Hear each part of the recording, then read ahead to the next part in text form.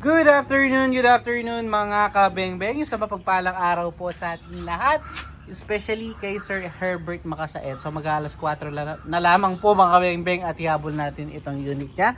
So another Nimrod PCP tube tank, 24 inches long barrel. Pure steel barrel po mga kabengbeng, regulated 1,800 PSI output, 3,000 PSI maximum input. Naka BSA black powder 4x16x44 na scope. So gagamitin natin pellets, mature pellets po. Pasensya na po dahil ayan, may ginawa tayo, dami pintura ng aking kamay. So ayun po yung ating steel plate, 37 meters. So Sir Herbert Makasaet, ito subukan na po natin. So salamat po pala kay Sir Herbert, no. So back customer po siya mga kabengbeng, pangalawang unit na niya ito sa atin. So salamat po. So first shot po tayo, sir. First shot. Second shot.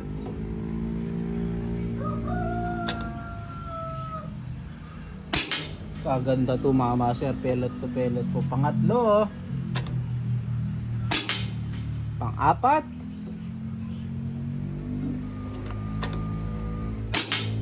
Pang-5. Grabe yun sir, napakaganda tumama po ng inyong unit. So yun sir, 5 shots, 5 out of 5. Napakaliit ng grouping, solid. Wala akong masabi sa unit mo sir. So tara, puntahan po natin yung ating naging groupings. Sir, today papadala natin yung inyong unit, no? So ito po, subukan natin. Tignan natin yung naging groupings. Ayan po. Solid sir, oh. Napakaliit ng groupings. Pinakamaliit nating daliri, cover na cover. So salamat po again mga kabengbeng.